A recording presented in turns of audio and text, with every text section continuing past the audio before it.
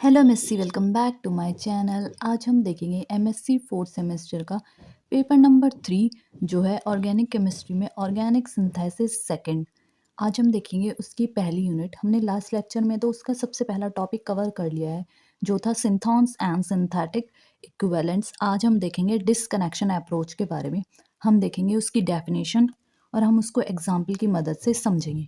तो अगर आप नए हैं तो चैनल को सब्सक्राइब कर लें और बेल आइकन को ज़रूर प्रेस करें जिससे कि आपको सारी पढ़ाई की लेटेस्ट वीडियोस मिलती रहें। और अगर आपको वीडियोस यूज़फुल लगती हैं तो उसको लाइक और शेयर ज़रूर करें।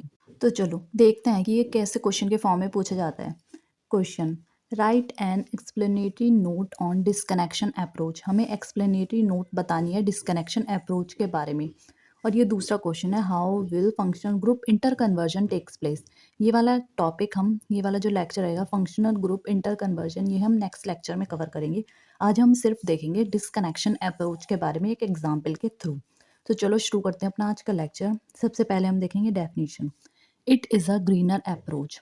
जो डिस्कनेक्शन अप्रोच है वो एक ग्रीनर अप्रोच है जिसको हम लॉजिकल अप्रोच भी कहते हैं। ब्रैकेट के अंदर है लॉजिकल अप्रोच। हम उसको ग्रीनर अप्रोच या लॉजिकल अप्रोच भी कह सकते हैं डिस्कनेक्शन अप्रोच को।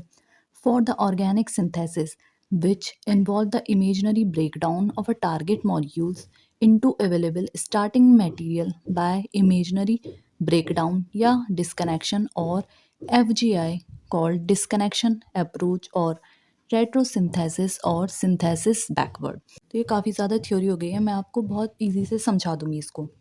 तो जो डिस्कनेक्शन अप्रोच है वो एक ग्रीनर अप्रोच है या हम कह सकते हैं ग्रीनर अप्रोच या लॉजिकल अप्रोच है जो कि ऑर्गेनिक सिंथेसिस में हम यूज़ करते हैं, जिसमें इन्वॉल्व होता है टारगेट मॉलिक्यूल का इमेजनरी ब्रेकडाउन। ये बहुत ज़रूरी बात है कि इसमें ये हमें देखना है इमेजनरी, इसमें सिर्फ इमेजनरी ब्रेकडाउन होगा किसी भी टारगेट मॉलिक्यूल्स का, और वो किस में हो जाएगा कन्वर्ट, अवेलेबल स्टार्टिंग मटेरियल। और हमें मिल जाएंगे जितने भी स्टार्टिंग मटेरियल होंगे बाय इमेजनरी ब्रेकडाउन। सबसे पहले तो इमेजनरी ब्रेकडाउन होगा टारगेट मॉलिक्यूल्स का, और इमेजनरी ब्रेकडाउन की मदद से ही हमें अवेलेबल स्टार्टिंग मटेरियल मिलेंगे। इसी को हम डिस्कनेक्शन अप्रोच कहते हैं, और डिस्कनेक्शन अप्रोच को ही हम रेट्रोसिंथेसिस कह सकते हैं या हम इसी को सिंथेसिस बैकवर्ड कह सकते हैं।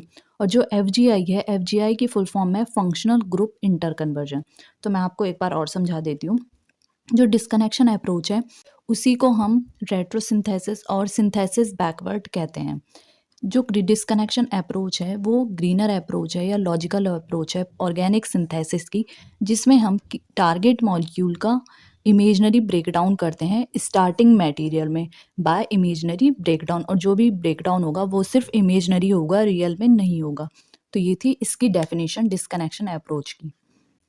The construction of synthetic pathway by working from target molecule TM called RA या डिस्कनेक्शन अप्रोच। एक तो इसकी डेफिनेशन ये हो सकती है, और इसकी दूसरी डेफिनेशन ये है कि ये कंस्ट्रक्शन है सिंथेटिक पाथवे का जिसमें टारगेट मॉलिक्यूल का हम यूज़ करते हैं। इसी को हम RA कहते हैं, रेट्रो एनालिसिस या डिस्कनेक्शन अप्रोच। तो ये थी इसकी दो डेफिनेशन। तो ये डेफिनेशन में ये कह रहा है कि इसमें कंस्ट्रक्शन होगा सिंथेटिक पाथवे का टारगेट मॉलिक्यूल की वर्किंग में। तो ये है RA या डिस्कनेक्शन अप्रोच। अब हम समझेंगे इसे एग्जाम्पल के थ्रू। ये देखें, ये है टारगेट मॉलिक्यूल TM, हम इसकी शॉर्ट फॉर्म यूज़ कर रहे हैं। ये है टारगेट मॉलिक्यूल और ये हो रहा है यहाँ रेट्रो एनालिसिस या हम इसे डिस्कनेक्शन अप्रोच कर सकते हैं। और ये मिल जाएंगे हमारे प्रिकर्सर। प्रिकर्सर मतलब स्टार्टिंग मटेरियल। और जो भी हम डिस्कनेक्शन अप्रोच में एरो यूज़ करते हैं वो ये वाला एरो यूज़ होता है, डबल एरो। ये देखिए, आपको ये ध्यान में रखना है जब भी हम डिस्कनेक्शन अप्रोच कराएंगे किसी भी टारगेट मॉलिक्यूल को स्टार्टिंग मटेरियल में कन्वर्ट करेंगे तो हमें ये वाला ही यूज़ करना पड़ता है arrow. This process of RA retro analysis produce a simple starting material and show different pathway.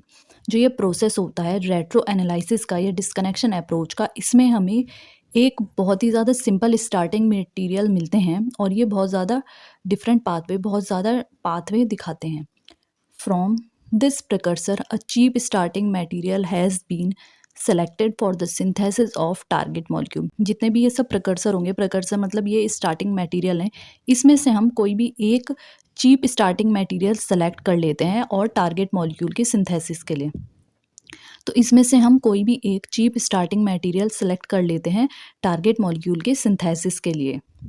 The double line arrow, जो ये डबल लाइन एरो है, रिप्रेजेंट डिसकनेक्शन इन रेट्रोसिंथेसिस। जो डबल लाइन एरो है disconnection में, वो represent करता है retrosynthesis which indicate the reaction is written backward. जो इंडिकेट करता है कि जो ये रिएक्शन है ये बैकवर्ड लिखी हुई है। तो ये थोड़ा कंफ्यूजिंग है, तो इसलिए हम इसको डबल लाइन यूज़ करते हैं, क्योंकि ये जो रिएक्शन होती है ये बैकवर्ड लिखी होती है। इसको हम समझेंगे एक एग्जाम्पल के थ्रू। ये देखिए, ये इसका एग्जाम्पल रेट्रोसिंथेसिस। ये लिया है हमने टारगेट मॉलिक्यूल, ये है टारगेट मॉलिक्यूल। फिर उसके बाद में हम एरो पे लिखेंगे FGI, जो है फंक्शनल ग्रुप इंटर कन्वर्जन, और RS से रेट्रोसिंथेसिस, हमें ये मिल जाएगा। उसके बाद में CC डिस्कनेक्शन होगा और हमें मिल जाएंगे स्टार्टिंग मटेरियल। ये देखिए, हमें ये मिलेगा यहाँ पे माइनस और यहाँ पे आ गया पॉजिटिव। ये इक्विवेलेंट है स्टार्टिंग मटेरियल के। तो यही तो थे वो जो थे सिंथॉन इक्विवेलेंट, और ये था सिंथेटिक इक्विवेलेंट। सिंथॉन है इमेजनरी और ये है रियल कंपाउंड। तो हम ये ही तो यूज़ करते हैं जो है स्टार्टिंग मटेरियल। तो ये था हमारा एक एग्जांपल। और देखिए, जिन बच्चों ने हमारा लास्ट लेक्चर देखा होगा जिसमें मैंने सिंथॉन्स और सिंथेटिक इक्विवेलेंट बताया है, उसमें भी हमने ये सेम एग्जांपल लिया है। तो आप ये सिंथॉन इक्विवेलेंट में भी यूज़ कर सकते हैं इसका एग्जांपल, और डिस्कनेक्शन अप्रोच में भी दिखा सकते हैं। ये देखिए, इसमें हमने टारगेट मॉलिक्यूल लिया है FGI के बाद ये बॉन्ड यहाँ ब्रेक होगी और हमें ये मिल जाएंगे सिंथॉन्स। उसके बाद में ये हमें मिल जाएंगे सिंथेटिक इक्विवेलेंट, जो है स्टार्टिंग मटेरियल।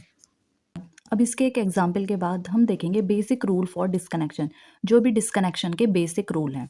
सबसे पहले, disconnection of target molecule is done in such a way that after disconnection it produce stable fragment. जो भी डिस्कनेक्शन होता है टारगेट मॉलिक्यूल का, वो हम इस तरीके से करते हैं कि जब हम डिस्कनेक्शन करें उसके बाद में वो हमें स्टेबल फ्रेगमेंट ही दे। तो स्टेबल फ्रेगमेंट प्रोड्यूस करना चाहिए टारगेट मॉलिक्यूल जब भी हम टारगेट मॉलिक्यूल का डिस्कनेक्शन करते हैं। फिर इसका सेकंड बेसिक रूल है, disconnection of target molecule is done in such a way that one time only one bond is break. Disconnection जब भी टारगेट मॉलिक्यूल का हम करेंगे तो वो इस तरीके से हमें करना है कि एक बारी में एक ही बॉन्ड ब्रेक होनी चाहिए। फिर इसका थर्ड बेसिक रूल है, number of fragment generated by disconnection are smaller as possible. जितने भी नंबर ऑफ फ्रेगमेंट जनरेट होंगे डिस्कनेक्शन के बाद, वो जितना हो सके उतने स्मॉलर पॉसिबल करना चाहिए कि हमें, कि वो जितना हो सके उतने स्मॉल हों।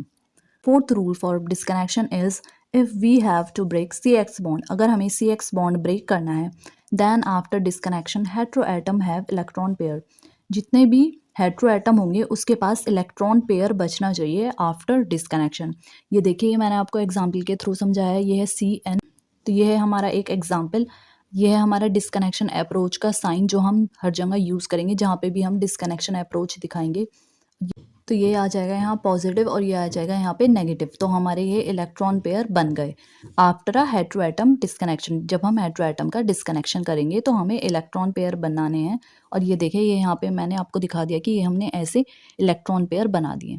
इसका फिफ्थ रूल है डिस्कनेक्शन के लिए, sometime disconnection doesn't give a fragment which are stable at that time, we use FGI and introducing an additional EWG which are removed during synthesis। तो ये इसके फिफ्थ रूल में ये कह रहा है कि जब कभी कभी ऐसा होता है कि जब हम डिस्कनेक्शन करते हैं तो वो हमें फ्रेगमेंट नहीं देता जो कि स्टेबल होते हैं। जब हम कभी कभी डिस्कनेक्शन करते हैं तो वो हमें स्टेबल फ्रेगमेंट नहीं देता। उस टाइम पे हमें FGI यूज़ करना पड़ता है, फंक्शनल ग्रुप इंटर कन्वर्जन, और हमें इंट्रोड्यूस करना होता है एक एडिशनल EWG। EWG मतलब इलेक्ट्रॉन विड्रॉइंग ग्रुप, हमें एक उसमें ऐड करना होता है जिसको हम रिमूव कर देते हैं ड्यूरिंग सिंथेसिस। तो ये थे हमारे basic rule for disconnection. Disconnection के लिए बेसिक रूल क्या क्या होते हैं, तो ये थे इसके बेसिक रूल। तो इसका पहला बेसिक रूल था, जब भी हम किसी भी टारगेट मॉलिक्यूल का डिस्कनेक्शन करेंगे तो हमें इस तरीके से डिस्कनेक्शन करना है कि जब हम उसका डिस्कनेक्शन कर लिए तो वो हमें स्टेबल फ्रेगमेंट ही प्रोड्यूस करे या दे। फिर इसका सेकंड रूल था, जब हम डिस्कनेक्शन करेंगे किसी भी टारगेट मॉलिक्यूल का, वो हमें इस तरीके से करना है कि एक टाइम पर सिर्फ एक ही बॉन्ड ब्रेक हो। इसका थर्ड बेसिक रूल था, जितने भी नंबर ऑफ फ्रेगमेंट हमें जनरेट होंगे या मिलेंगे डिस्कनेक्शन से, वो जितना हो सके उतने स्मॉल होने चाहिए। फिर इसका फोर्थ है, if we have to break CX bond, अगर हमें हेटेरो एटम का बॉन्ड ब्रेक करना है तो उसके पास इलेक्ट्रॉन पेयर होना चाहिए आफ्टर डिस्कनेक्शन। और फिफ्थ और लास्ट इसका पॉइंट था या रूल था, कभी कभी डिस्कनेक्शन में हमें स्टेबल फ्रेगमेंट नहीं मिलता, उस टाइम पे हमें FGI यूज़ करना पड़ता है और इंट्रोड्यूस करना होता है एक एडिशनल EWG, जिसको हम रिमूव कर देते हैं ड्यूरिंग सिंथेसिस।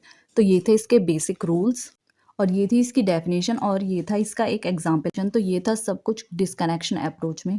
होप ये लेक्चर आपके लिए यूज़फुल रहेगा। मैंने आपको बहुत अच्छे से समझाया, होप आपको ये समझ आया होगा। तो अगर आप नए हैं तो चैनल को सब्सक्राइब कर लीजिएगा और बेल आइकन को प्रेस कर लें, जिससे कि आपको सारी पढ़ाई की लेटेस्ट वीडियोस मिलती रहें। और अगर आपको वीडियोस अच्छी लगती है तो प्लीज़ उसको लाइक और शेयर करना ना भूलें। Thank you for watching.